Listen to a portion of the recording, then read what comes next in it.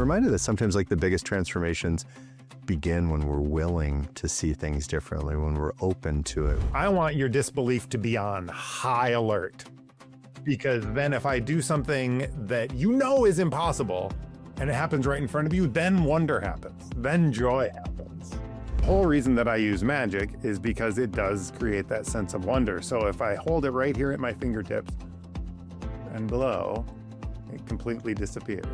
I've always believed that one of the greatest kind of forms of leadership is helping people expand what's possible for themselves, right? And their team and their company. And you do that exceptionally well. Welcome to JOY², Live with Joy. This is the podcast where we get to explore the power of joy, purpose, passion, and fun, and how joy, when practiced intentionally, transforms how we live, work, and lead. I'm your host, Greg De Koker, and I believe that when you live with joy, everything gets better. And I mean everything. And this isn't just about feeling good. It's about unlocking joy as a resource, one that fuels better leadership, meaningful work, and thriving lives. Each week, we share the stories, the insights, and the sparks that ignite more joy, because joy is contagious, it's powerful, and it belongs to all of us. So lean in, stay curious, and let's create more joy together. This is JOY², brought to you by Essentia Group.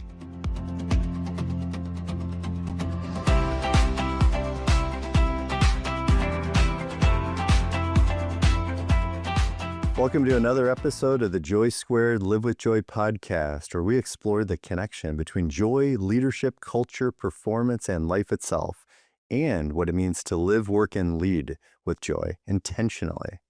I'm your host, Greg De Koker, and today I'm joined by a very special guest who has spent much of his life helping people see the world differently. Dan Trommater is a speaker, coach, and magician who works with purpose-driven teams that want to think differently so they can create more change that matters. Over the past 2 decades, he's presented at more than 1,000 events, helping leaders, teams, and organizations challenge assumptions, discover new perspectives, and unlock possibilities they may not have seen before. His presentations are known for being insightful, engaging, funny, thought-provoking, and deeply human. As a world-class magician, Dan uses wonder and illusion as powerful metaphors to explore empathy, leadership, communication, and connection. He's also a certified coach who helps leaders and team members move from where they are to where they want to be. What I love most about Dan, however, isn't just his spectacular magic. I first met Dan almost 20 years ago through our mutual friend, Jamie Mason Cohen, when we shared the stage at one of Jamie's events. While I was incredibly impressed by Dan's awe-inspiring magic, what stayed with me was something much deeper: his presence.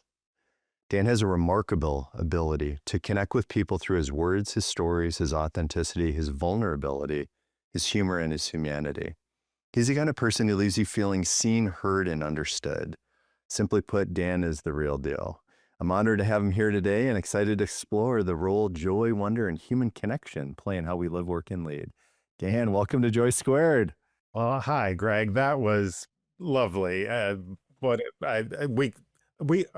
done. We're good. That's amazing. Well, You just filled my day full of joy.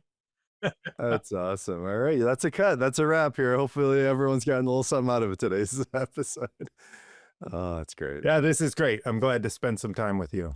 Yeah, me too. No, I always enjoy spending time with you. So yeah, thanks for saying yes. Yeah, I appreciate it. Well, that's where I wanted to start. It's just, I know how busy you are with everything you're doing in your personal life and your professional life. And yeah, just, what made you say yes to joining this conversation? Oh, well, a few things. I'm going to say honestly, primarily to hang out with you some. We've spent some time together. I've really enjoyed it. I will take as much Greg as I can get. So that's one thing. And, I'm the kind of person who, at least in this stage of my game, does his best thinking out loud and his best work in collaboration. So anytime I get to share ideas with somebody else, especially a deep thinker like you, particularly on a topic that I'm so passionate about, I jump at those chances because the joy that I get in the moment is really powerful, but then it lives on because it changes the way I think about what I've been thinking about. Well, I've loved, I know we've had opportunity to connect over the last kind of couple of months in person and in nature. And, you just the way you look at things, like just, walking around like your presence is, you are very present, to me, what I'm sharing, and, the way you acknowledge if I'm sharing something vulnerable and, appreciating and being grateful to it, the way we walk by and we'll see a flower and you'll want to stop and look at it and smell it. And yeah, then it's like, yeah, I probably walked past that flower on my street a million times. I haven't done that. It's just like it helps me to see things through your eyes. And it's like magic. I mean, hanging out with you is, magic. Thanks. And it's nice to hear too, because I've been working to cultivate that and grow that element of my personality, that sense of presence. I think I've always been deeply curious, and I mean, I want to say that I'm deeply observant. Who knows? Well, you have been with me. That's my impression. And I've been working to Sure. cultivate it, so Yeah. I'm glad it's noticeable. Oh, that's awesome. And And more than glad that it's noticeable, I'm glad that it's and I don't want to use the word inspiring, but prompting you to want to do the same, to be more present and to notice things that you may have walked by. And obviously I'm walking by all kinds of stuff that I don't stop and notice. yeah, But it's we're always a work in progress. we are a work in progress. See, it's about progress, not perfection. I have to keep reminding myself that as a recovering perfectionist. Phew. Preach it, brother. I get it. Oh man, Yep, me too. I still get entangled in it once in a while, even though I'm like, yeah, even I remind myself I'm recovered, or recovering, maybe it's still, I'm in the recovering process. I think that's probably more honest, right? Is a way to say it. Work in progress. Yeah. Well, one of the things I've always appreciated about you is your ability to help people see familiar things like through fresh eyes, right? And you just mentioned that you create these moments of wonder and you create moments of joy. Every time I've seen you, whether it's on stage or it's in person, or whether it's on a Zoom call, or whether it's on the phone. So, like, what does joy mean to you right now in your life? I've been in preparation for this conversation. I did a little bit of research because I wanted to make sure that I was clear on what the definition of joy is. And I found Right. slightly contradictory definitions. Right. For me, joy is rooted largely in connection. The Beautiful. more I can connect with others, with nature, with animals, the more my sense of well-being, which I guess you could call joy, grows. The more I isolate, the less joy I have. Me too. And so I'm and I think that's a deeply human trait. We are communal creatures. I think so So too. without, particularly in the summer, without intentionality, I can spiral into isolation, which then is a self-fulfilling sort of self-reinforcing loop. So the struggle is on.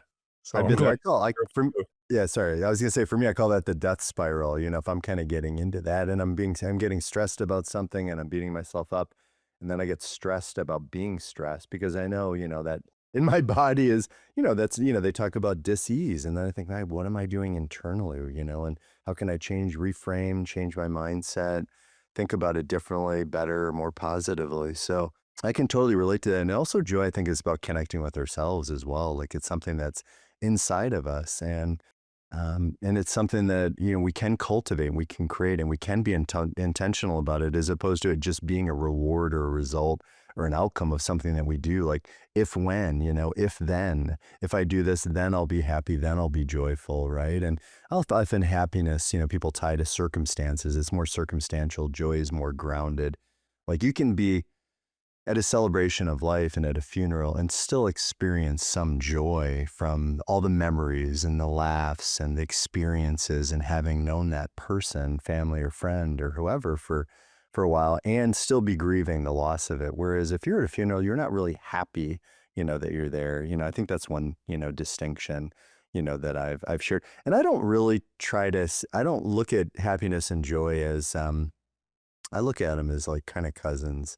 Like I look at it as like the golden rule and the platinum rule. I'm not preaching just joy. Like whether people use the word happy or joyful, like I'm not going in to try to correct them. I think both is an amazing path. I think happiness to me is kind of like the golden rule. Like the analogy I use is it's like treating others the way that you want to be treated, because most people want to be treated well. And then joy for me is like a different level. It's similar to like the platinum rule, like treat others the way that they want to be treated. So it's just more intentional, I think that's how I've kind of framed it. Not that it's necessarily one is the golden rule, happiness is the golden rule, and joy is the platinum rule. But that's just kind of I look at them as like they're both great, right? And it's just a matter, and it's just a matter of kind of, yeah, I think intentionality, which is what you said, earlier, which I love. Yeah. I'm curious about your statement about joy being connected, not just to connection to others, but connection with oneself. It Yeah. makes me curious. What can you describe a way that you do that? Yeah, you know what? I mean, I think it's getting to know. It's a great question. I mean, part of it for me is getting to know myself, right? Like connecting with myself, not criticizing myself, giving myself some grace and being grateful and appreciative, and not being so hard on myself. And here's one example. I was talking to a friend. This is years ago, and she was talking about something about someone being high maintenance, and I said, like, God, I'm so happy I'm not high maintenance. And she looked at me and she started laughing. It's one of my best friends, Michelle. And I was like, oh my God. And then I go, seriously? And she's like, well, and I was like, really? Like I'm high maintenance? And she's like, well, you can be. And I was like, oh wow, I never really thought of myself as high maintenance. I still don't, but I'm owning the fact that I'm very particular about things, like where I sit in a restaurant or the experiences that I create, or when I'm getting together with friends, what can I do to make it even better, to make it more fun? It's an experience. And I know you can relate to creating great experiences. So that's one, so for me, when someone refers to me as being particular or high maintenance, now I can kind of laugh about it. It was like I can enjoy it because that's just part of me and I'm just owning it. Am I always that way? Like I don't think so. But again, there might be people listening saying yes, and that's fine, right? It's like I think being comfortable with myself and finding joy in the imperfection. Like I think I told you, I listened to all the conversations after the episode, right? And I noticed that I was saying a lot. And it was something my dad pointed out when I was a kid, and he would count how many times I'd say and he's like, you might want to focus on not saying as much. It can be a bit distracting.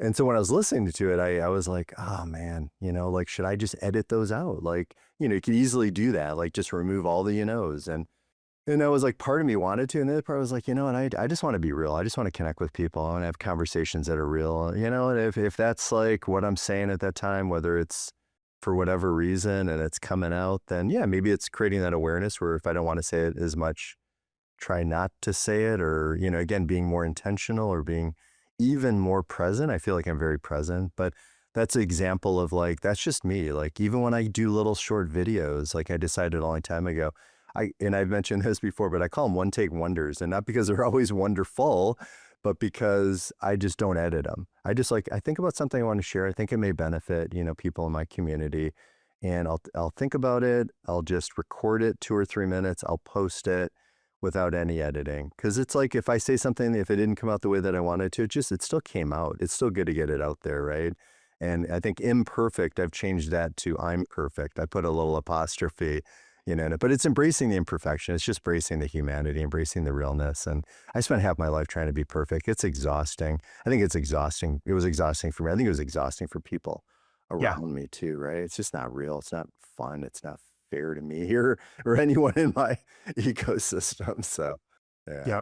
Yeah. All this has me thinking a lot about just the general idea of reframing Yeah. Ooh. and sort of almost redefining the stories that we're telling about our experience, because I think the maybe uncomfortable truth is that what I'm experiencing is not reality.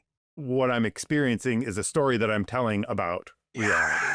Yes. And I don't have any control about what's out there. Yeah. very little anyways. Where my agency lies is how I define what is out there, how the story that I'm telling about it. And so I can tell the story that I'm full of mistakes and that I'm saying you know too much and that that's a bad thing. Right. Well, that story is going to have a consequence, an outcome. Uh, and if that story is not serving me, well, then I want to change that story. I want to change that story to, you know what, that is just part of being human. I'm not going to have the exact right words to say every single time I open my mouth. I'm going to need a little moment to say, you know, that's fine. Not only is that fine, it's, in a way, it's perfect. So here's a great example, maybe. Yeah. Uh, Perfect as in imperfect. redefining, yeah, redefining the word perfect. So I think that what we have as a society decided is that perfect equals flawless. And I don't think that's accurate, or at least I choose not to define perfect that way. Perfect is, I mean, the universe has been unfolding just fine for billions of years. Yes. And stuff's blowing up and crashing into each other. And nobody looks at that and goes, oh man, that could be a lot better. You know, there's something wrong with the way the universe works. Well, we are part of the universe. So we are bound to have little flaws. And that's just part of the perfection of everything unfolding. I'm not going to beat myself up about it. Well, no, I am going to beat myself up about it, but I'm going to work to not beat myself up as much about it. And one way to do that is just simply redefining, all right, I'm not perfect, or I'm not flawless, but I'm perfect. Yeah.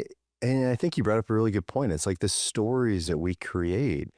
It's like, I've in coaching, whether it's individuals or teams, it's like, what are the stories that we've created and which ones of those aren't even true? Like like everything's meaningless until we give it meaning. And I'm saying this as a reminder to myself. Like I need to remind myself there's no preaching on this podcast. It's just like help me to grow too, Hopefully there's some things, we're both sharing that are going to help people that are listening. And I think when you look at it from that standpoint, what meaning are we giving it? Even consequences. When I just realized, like literally, was it like within the last 2 weeks that I've had consequences framed as negative. The consequences of my actions or the consequences of my thinking. Whereas again, that's a reframe. They don't have to be negative, or they could all be positive. A consequence is, yeah, maybe something that I didn't intend to happen, maybe that wasn't great in that moment. And it could be very positive in that I realized it, I was aware of it, I had an opportunity to clean it up, I had an opportunity to apologize, I had an opportunity for a redo, from a different level of awareness. So I love that what you talk about, rewriting your story is beautiful. I've been thinking a lot about rewriting stories lately. I'm putting the finishing touches on a new presentation that's all about the stories that take place inside of our head. Yeah. And I think it is in some ways, it's very basic. Yeah. Yeah. But I think it's kind of profound. I think that it can have some real serious positive impacts on our lives and our work and the people around us if we change the story. I agree.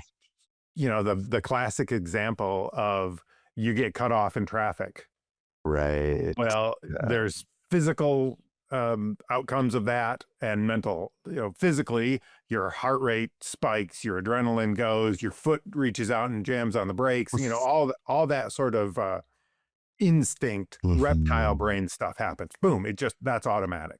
Ego kicks in, everything. And then the ego kicks in, and then you start telling stories. Oh, that guy's a jerk. Right. Oh, he doesn't care about anybody. He only cares about himself. How selfish. Right. And then those stories have consequences. Yeah. Negative or positive. And the guy drives off down the street and you're left stewing in your juices of anger and fear and frustration. And I don't know about you, but I have had occasions where that has set off a chain of events that has ruined my day. Yeah. 100. I can totally relate. Yeah.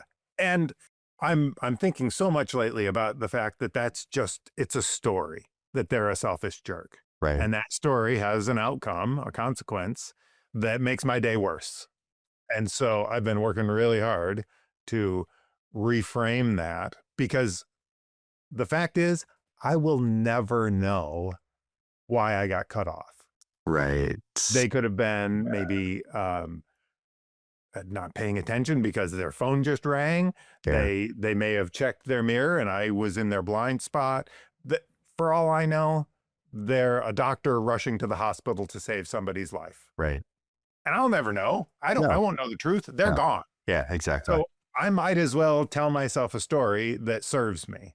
Yeah. Because I know that when I tell the story that he's a doctor going to the hospital, great, my blood pressure goes down. I was like, yeah, by all means, cut me off. Go ahead.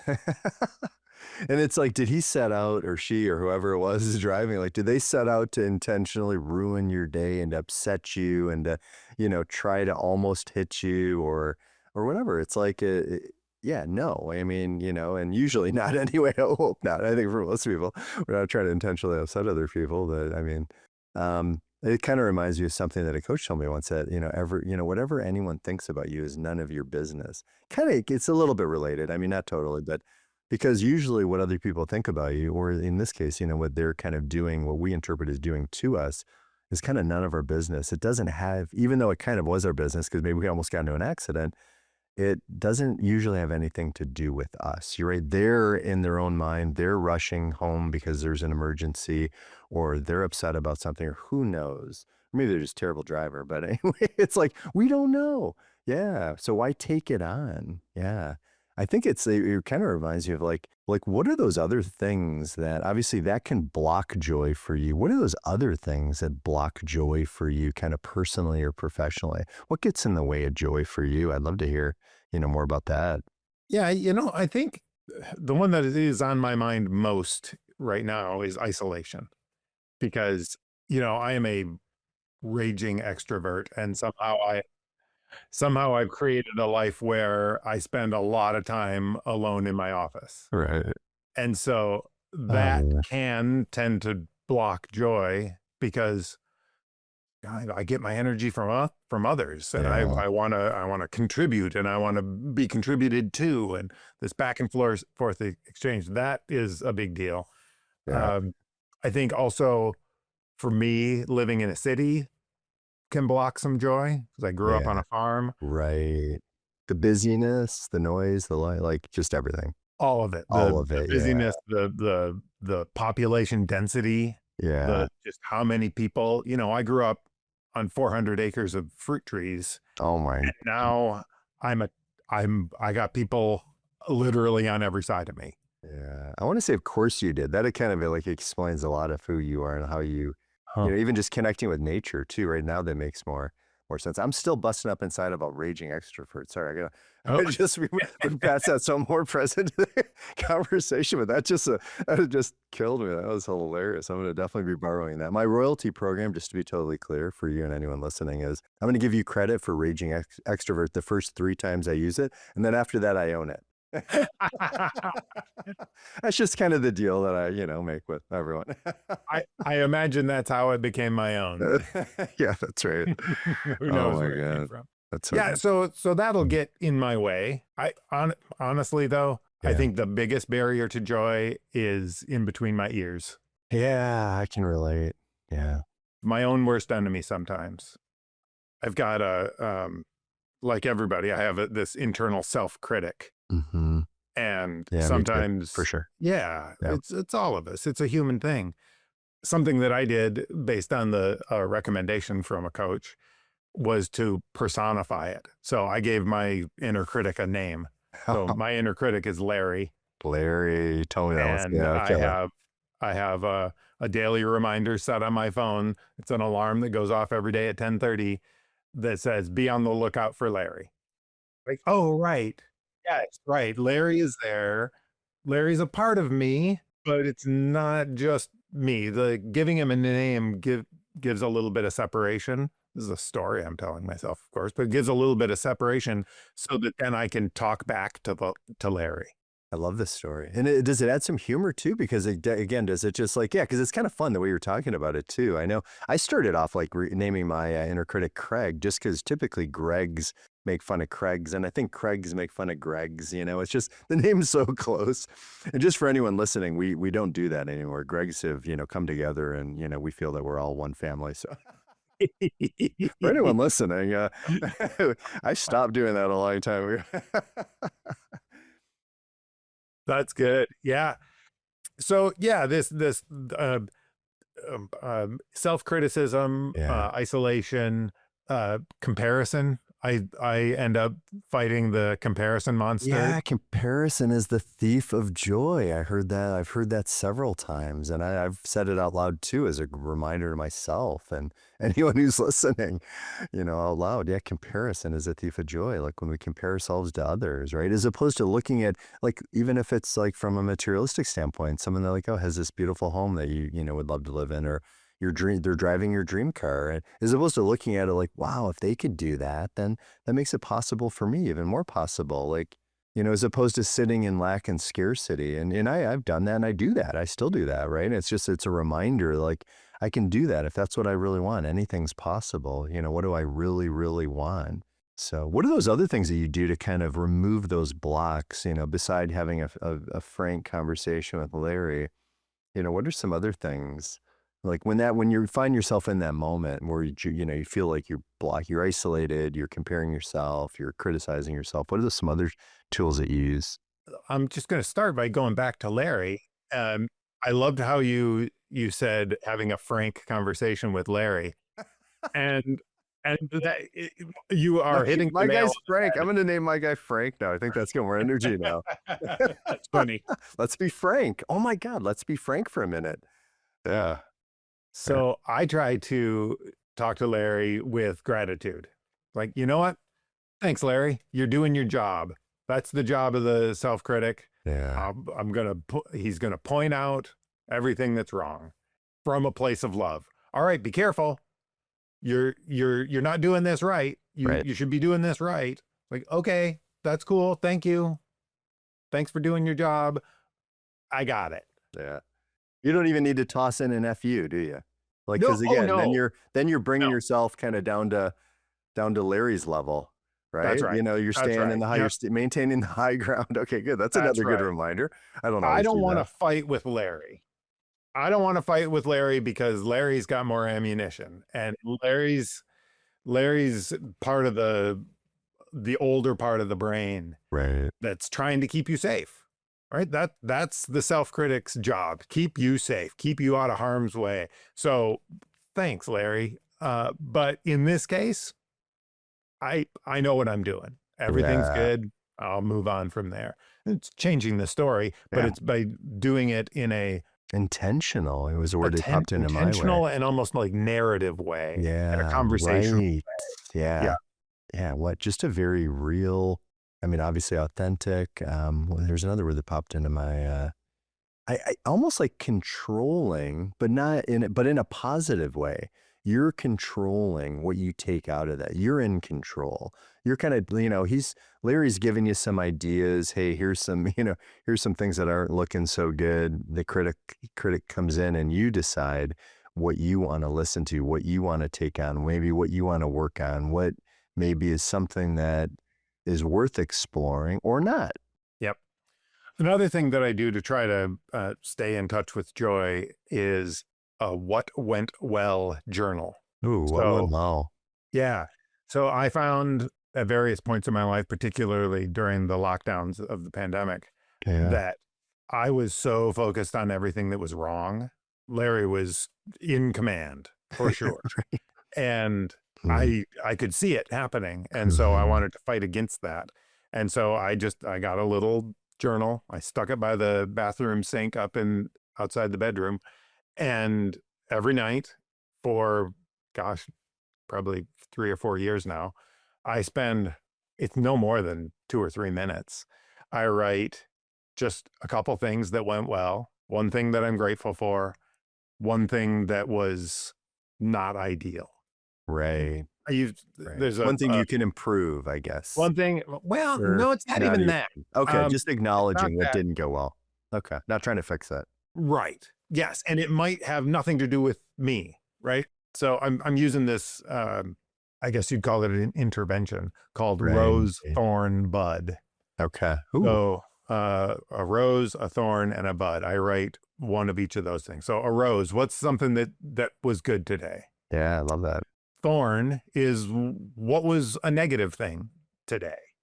And some days it's some shortcoming of mine, but more often than not, it's something that's external that I just want to acknowledge and not try to push away. You know, it could be, I mean, these days there's no shortage of things in the world that are thorns. Oh yeah. So sometimes it's, you know, there's a war going on, or people don't have enough to eat, or whatever. I just, Too much suffering. anything that happens to be bothering me about the world that day often goes into there. And then bud is, what are you looking forward to? What is something that is about to open into a rose? I haven't heard So that. I haven't heard this before. This is cool. Yeah. last night it was this conversation, Yeah. right? I Oh. knew that that there was going to be something flowering today with us. Yeah. And so that was my bud. Me too. I didn't call it a bud, but I've definitely been looking forward to our conversation. Yeah. Yeah.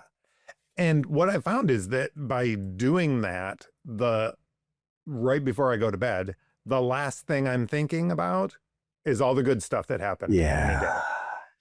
Because it's so easy to fall into the other trap of what didn't go well today. So And then you again, marinate on it for 8 hours, don't you? Or however long you sleep. I don't sleep for 8 hours, but you know, you're marinating in the negativity. So why not change the conversation before you go to sleep? Yeah, it's another That's right. great reminder. I don't always do that, and I've thought about it a lot. So I don't always do that, but it's another great reminder. Yeah. Yeah. It's been really powerful. Really powerful. Any sort of practice where you're focusing on the good Yeah. is transformative. Yeah. That's abundance versus scarcity, whatever positive versus negative, whatever we want to call it, right? Yeah, definitely. And it's Yeah. intentional and it's a choice.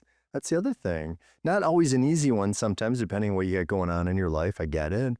Yep. And it still comes down to choice. Yeah. And Yeah. awareness. Yeah.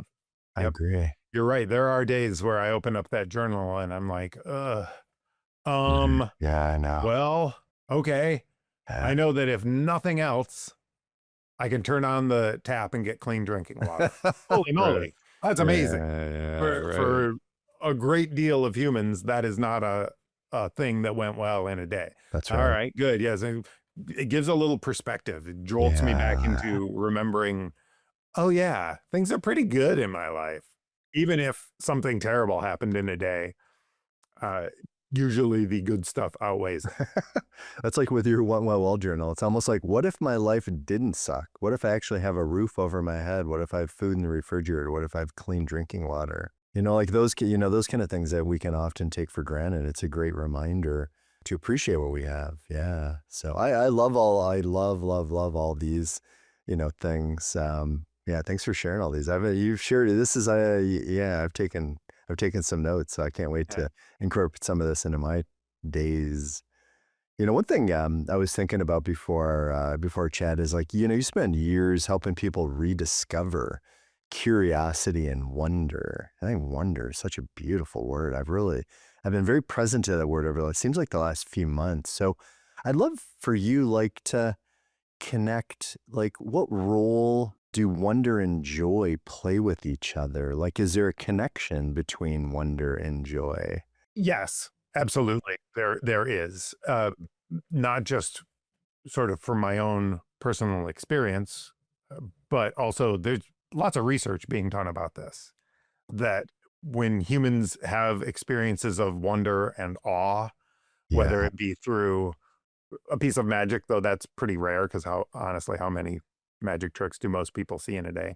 But out in nature is a great source of awe. Awe being that sort of acknowledgement that we are a part of something that is much, much, much bigger than ourselves. Right.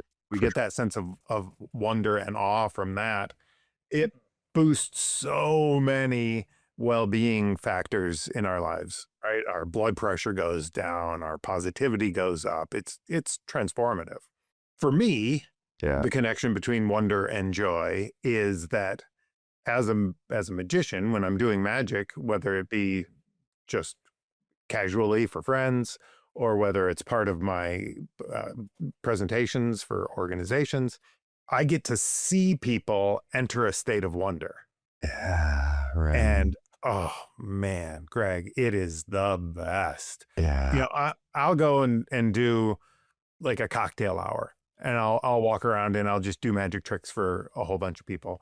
Yeah. And an occasion like that, I'm moving from group to group to group. So I have a very small sort of repertoire that I use for that. I can spend an hour or two doing basically the same 3 tricks over and over and over and over. And you would think that that would get boring, but it is not boring at all, because I get the best show. I get to watch people move from their normal life into this state of wonder and awe. Wow. And the looks on their faces and the change in their body language. Oh, I just feel my joy meter filling and filling and filling. And there's two, I'm sure, right? The There's same time, of two. course. Yeah, I've experienced it firsthand with you. But back to the raging extrovert thing, it really, it ties in really well with that, because that's part of why I'm an extrovert, is because I want energy from others. Well, if I can give them a little something that boosts their energy, I'm going to feed off of that. I look at it as like it's almost in the category of surprise, right? There's kind of, it seems like very few surprises. And I'm speaking in terms of like positive surprises, like what are those things? Like I love surprising people, like, on their birthday or special event. And I know a lot of people have a hard time holding them in, and I get it, right? Because it's like you're so excited to share it. You want to share it sooner than later.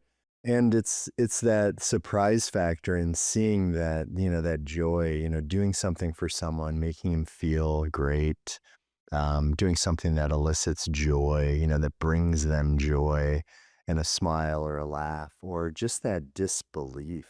Like I know we were talking about this earlier, like the word unbelievable.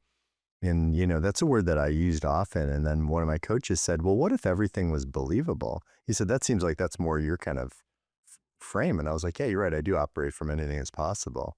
And so I just started to not use the word unbelievable. And I don't correct people. I would never say anything, to anyone else. That's because I get the intent behind it.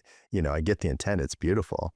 And it's unbelievable. You can't believe it. It's so good. It's too good to be true. That's another expression I don't use anymore. Too good to be true. No. It is too good and it's true because I'm experiencing it right now, right? Like you, our conversation, like you are, and I hadn't thought of this in this way before, but you are one of the few characters that I've ever met in my life. I think we need more characters.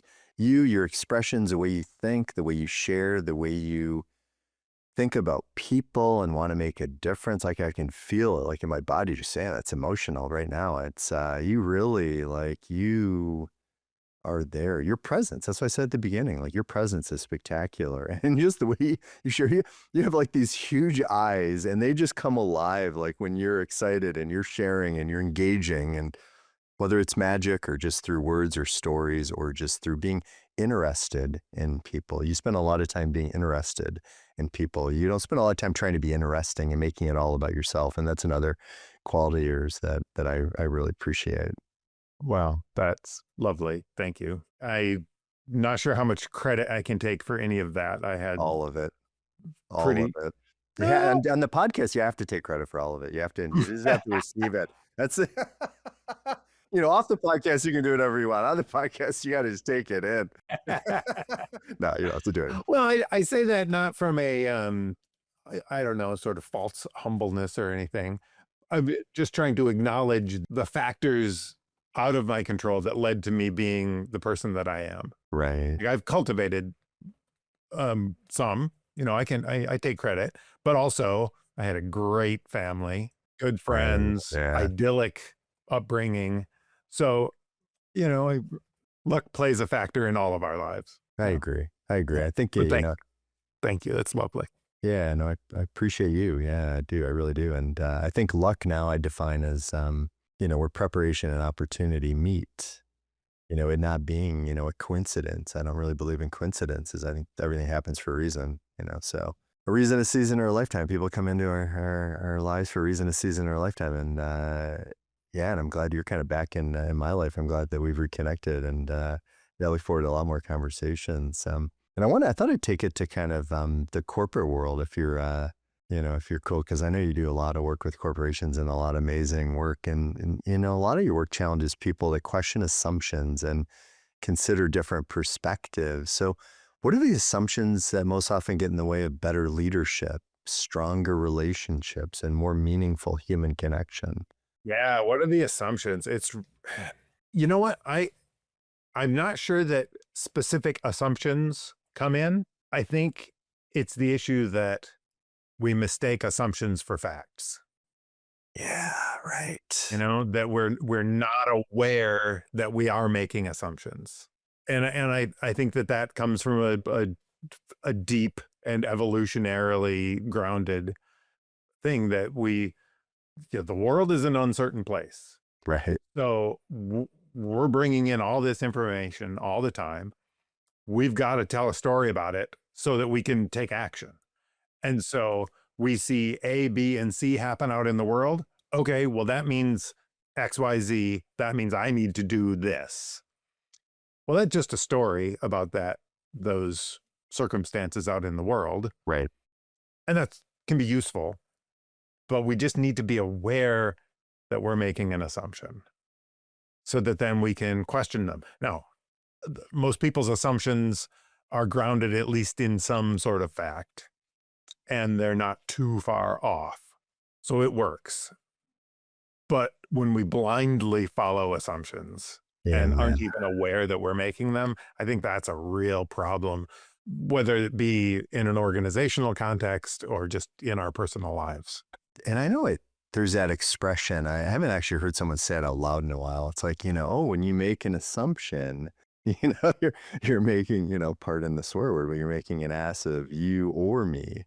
Yeah. Right. And it's interesting, when you assume it's a great way. And again, maybe I'm sure that's not the intent most of the time, but it's a great awareness to really think about it. And I think when when you start talking about assumptions, I started thinking about expectations as well. That's another whole other kind of category. And I listened to this coach, Steve Chandler, and he says that, in his opinion, expectations are the number one reason, that relationships break down personally and professionally. And he talks about expectations versus agreements. And he said, you can have an expectation of another person, but guess what? We're not on this planet to live up to other people's expectations. So if you have an expectation of someone, why don't you share it with them? Give them an opportunity to say, yeah, no, I'm definitely not meeting that expectation. I don't want to, I'm not interested. Or, wow, that's a big expectation. Or maybe it gives you an opportunity to negotiate. It gives you an opportunity to talk about it. It gives you an opportunity to agree to it or not and make an agreement, which is way more powerful. Because I think, we have these, a lot of expectations, including myself. And if they're left unsaid and someone happens to live up to it in one moment, you're still questioning, in your head, are they going to live up to it the next time? So unless you have that conversation out loud, I think that's probably just like assumptions. What are those assumptions? Let's challenge them. Let's think about them. Let's invite ourselves to rewrite the story if we need to, or replace a lot of it with actual facts. What are the bare bone facts? Like if you were to scale it all back, I remember I was coaching someone and she was talking about a specific situation with her sister. And she had created this whole story around it. And I invited her to just like, okay, let's just focus on the bare bone facts. Like, what is it that actually happened? And then, because you've then added a lot of other details to it, but are those details real? And what we got to was she made up all of those details. And when we got to the bare bone fact, the bare bone fact was pure love. And it's incredible how, based on their history, it expanded beyond that into their, kind of relationship that's gone, a bit, it's gone a bit off, for the last little while. And when she took it down to the bare bone and she realized she was doing that a lot. And she told me after, she said, you know what, that one conversation changed my relationship with my sister. Yeah. Wow. Yeah, no. And I got emotional now. I'm getting emotional now. And I got emotional then because it's like, we don't know the impact that just having a conversation with someone. And that was a coaching conversation, but just any conversation we have with people and really being present to what they're going through. And maybe it's not about trying to fix it. Maybe it's meeting them where they're at. Maybe it's really getting clear about what they want. How can we support them in what they want? Like, yeah, lots of different ways we can build each other up and create more joy in the world. That's for that's for Yeah. sure. And a Yeah. lot of ways that we can destroy it, which is hopefully we're not doing that with this conversation. Your mention of expectation and assumption being related, I fully agree with. I think that expectations are just assumptions about the future, Yeah, that's right? right. Yeah, you're right. Because That's a great way to look at it. I hadn't thought the of that. expectation is all about the future, Yeah. right? I expect that this will happen. You will behave a certain way, whatever, right? I have expectations about other people's behavior or my own or whatever. Sometimes they work out, sometimes they don't. I try to keep my expectations in check. Yeah, and maybe say them out loud. So, think about that. Like, I mean, I would think inviting everyone, including myself, it's a great reminder. Like, what are those, because some of our expectations are unfair and often unrealistic and don't even include the other person's agreement. Like, I mean, when I listened to this audio of Steve Chandler, he didn't quite say it this way, but it's almost like, how dare you, have those assumptions of, expectations of me, right? I never agreed to that. I never said I would do that. So it's like, and again, I think it's just having those conversations, out loud. So I guess staying in the kind of corporate kind of realm, like I know you work with purpose-driven teams. I want to create change that matters. So what are the characteristics like you see in leaders and teams that create the greatest positive change and the greatest positive impact? Mm. I think a sense of curiosity, a Yeah. sense of possibility Yeah. that through effort we can improve both ourselves and the world around us. Those are the big ones, Yeah. right? No, That's a possibility and a sense of curiosity go a long way, whether it be between like the work that we are doing as an organization or about the relationships that we have. I mean, we're spending a lot of time with the people at work. Let's have a good relationship. yes. Yeah. Yes. Yes. Yes. Yeah, I think there's a lot to unpack. I mean, I think even just, coming into it open-minded, right? I mean, just like, that possibility and curiosity and not being so judgy and not going back on our assumptions or expectations or stories that we've made up, which may not even be true, but like being curious when someone says something, like even when we get triggered, like what a gift, like, where's the trigger coming from? Right. And owning it too, and not blaming the other person. Cause often I know in my past, if I've gotten triggered by something someone said, I mean, it's often, if I react to it, it's often misdirected anger, frustration that it doesn't have anything to do with them. So where is that? Where's that coming from? And, and it's a good sign for me. I'm like, I got some more work to do. That trigger, it's like, oh, that's interesting. I thought I'd kind of dealt with that. And obviously that's still there. I need to figure out how to let that go and deal with it and own it and honor it. And then, yeah, to have a frank conversation with Craig or with Frank, as maybe I'll now call him. I like Frank's got more energy around it. Oh man. Yeah, I think just having curiosity and suspending judgment, as you say, really is powerful. Like, yes, I'm going to judge. Of course, that is human nature.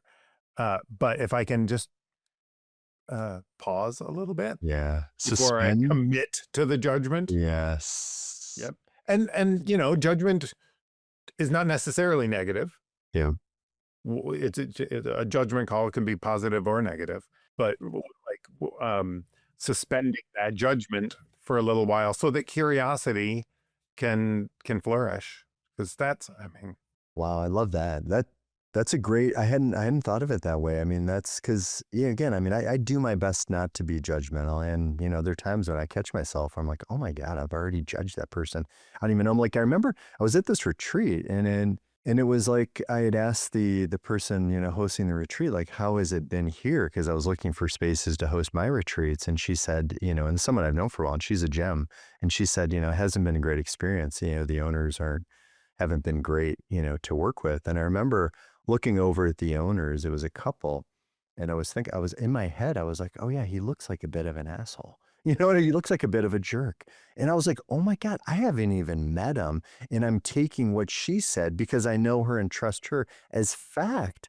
You know, who knows? Like maybe she was having a bad day. He was having a bad day. What? I don't know any of the details leading up to it.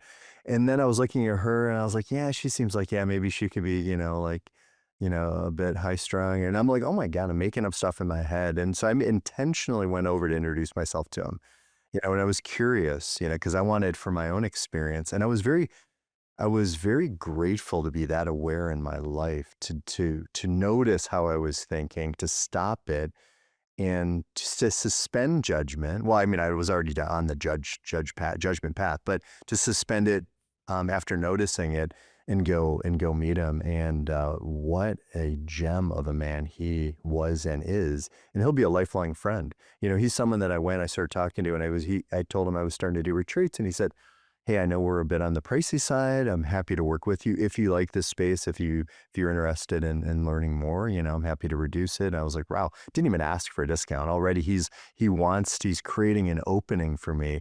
He said, you should come over and, like, if you want to come over and do my morning routine with me and kind of get to know the space a little bit better and get to know each other a little bit better. This is on a Zoom call. And I was like, we ended up having a Zoom call, but in the in-person conversation, he's inviting me, to do all these things. And he's since come to one of my retreats. I just saw him last week at an event that I invited him to. And anyway, I was like, wow, I'm so happy that I didn't take her word. I didn't for fact.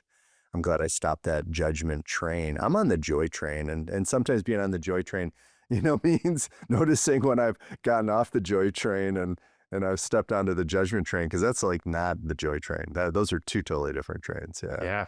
Yeah. I love how you put the brakes on the judgment.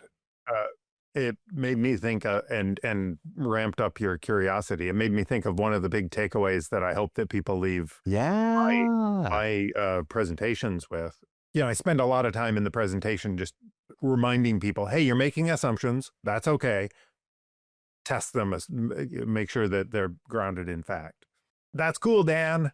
But how do we do that, right? We're in this very uncertain world. We're going to make assumptions. What do we do? The thing that I hope that people do is decrease their sense of certainty and increase curiosity. Because certainty is the antithesis of curiosity. When we have certainty, there's no reason to be curious because we already know the answer. Yes. Right? But if we can stop for a moment and put that right answer and that certainty aside for a moment, you can always pick it up later, put it aside and just be curious, you'll be surprised what you find. And then you can either confirm your certainty or adapt it. Yeah. Wow. What a great way to create that opening and that awareness, and I think reminds me of Robin Sharma. He talks about this 3-step success formula, where it's like, with greater awareness, with better awareness, we're going to make better choices. And if we're making better choices, we're going to have better results. So Nice. this is, it's a great way to frame it. And I love that takeaway, and what a great way to kind of wrap up our conversation, today, Dan. So yeah, I want to thank you like so much for your time and energy and wisdom today. It's been such a pleasure. Like, this conversation has reminded me something I felt, every time we've crossed paths over the last 20 years, that your gift isn't simply helping people see what isn't there. It's helping people see what is already there, but maybe they've overlooked, for a while. And so I think through your coaching, your storytelling, your speaking, and your magic, you have this extraordinary ability to create moments of awareness, connection, and possibility, and curiosity, of course. That's I'm lovely. still curious. I've seen your magic up close, and it is awe-inspiring. I sleeves up. I'm a foot away. I can't get any closer to it, and I still can't figure it out. Right. So I think part of So that is that makes me think. Oh yeah. Now this is only going to work for the folks who are watching this. Listening may not be that great, so I'll try to describe what I'm doing. I've got this old silver dollar. It's from 1883. It's big shiny silver coin, Beautiful. and The whole reason that I use magic is because it does create that sense of wonder. So if I hold it right here at my fingertips and blow, it completely disappears. Now, Oh, it's not actually gone. It's actually right here in the air. Yeah, it's right there. I'll grab it right at the tips of my fingers. I know it's invisible, but when I squeeze it, then it gets visible. okay. So for anyone listening, if you if you get the urge, I'll have to put a time. We'll put a timestamp on this so people can actually see it because it's like it's just it looks it looks unbelievable. A word that I typically don't use, but that's how it looks. It's like Yeah. yeah, Well, and it is unbelievable, it is right? I mean, unbelievable. Yeah, people can't hard to make believe points it. disappear, Right. but Yeah, that's all that's there right. is to it. I mean, there is fact. And so it is unbelievable. And that's a healthy disbelief, but Yes. also tied into that Yeah. disbelief. And I think that this is an important thing about magic. Magicians don't want their audiences to suspend their disbelief. Right. I want your disbelief to be on high alert. Yes. Because then if I do something that is impossible and it happens right in front of you, then wonder happens. Then joy Yeah. happens. Yes. Oh my gosh. I love that connection. That's beautiful. It's like, I find that too. Like you help people slow down kind of enough to kind of question, those assumptions and suspend that disbelief and consider new perspectives and reconnect with what matters most. I think that's again one of your many gifts, and you do it with warmth and you do it with humility and humor and authenticity and just genuine care for people. I've always believed that one of the greatest kind of forms of leadership is helping people expand what's possible for themselves, right? And their team and their company. And you do that exceptionally well. So thanks for sharing everything you shared today. Thanks for the magic at the end. For those listening, it was incredible. And maybe it might inspire you to check out this episode on YouTube. But yeah, and I really appreciate, you, Dan, and everything you stand for. It's been great to have you here. Yeah, it's been a great conversation. And I'm really grateful that you are out in the world intentionally working to help people increase more joy, because I think probably more than ever in history, we need it. Yeah. Thanks for saying that. No, I'm very grateful as well. I get emotional well, I mean, during the episodes I do, but watching it, it's often, the tears of joy. I call it joy streaming. I just, I'm very grateful. I've kind of created something where I get to have these kind of conversations with people like you, incredible people, and then share with people that where hopefully something resonates, and not everything, will, I get that, but hopefully there's some nuggets in there. And yeah, and that, which reminds me, just like thanking everyone, if you're listening to this, if you're watching it, like, thanks for spending part of your day with us, right? And I just found there's so many powerful insights from, today's conversation, like questioning your assumptions and, the connection between disbelief and wonder and joy and possibility and the role presence plays in meaningful relationships. And you exhibit that, Dan. So thank you for that. And the reminder that sometimes like the biggest transformations begin when we're willing to see things differently, when we're open to it, when we're willing to suspend disbelief, right? So, Totally. Love it.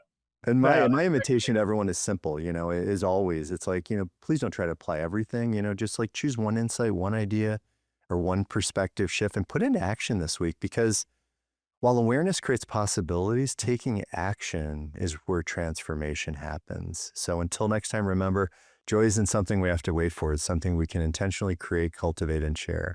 So live, work, and lead with more joy intentionally. Cheers. Thanks for spending this time with us on JOY², where joy multiplies and everything gets better. Remember, joy isn't just something you feel. It's something you create, and it's something you pass on. If this conversation sparks something in you, share it, because joy is contagious. What we're building here is bigger than a podcast. It's a reminder and a movement that how we live, work, and lead truly matters. Until next time, live with joy, lead with purpose, and never forget to have fun. Keep choosing joy, squared. And if you're enjoying the journey, we'd be grateful if you subscribe, like, and share JOY² so the ripple keeps spreading.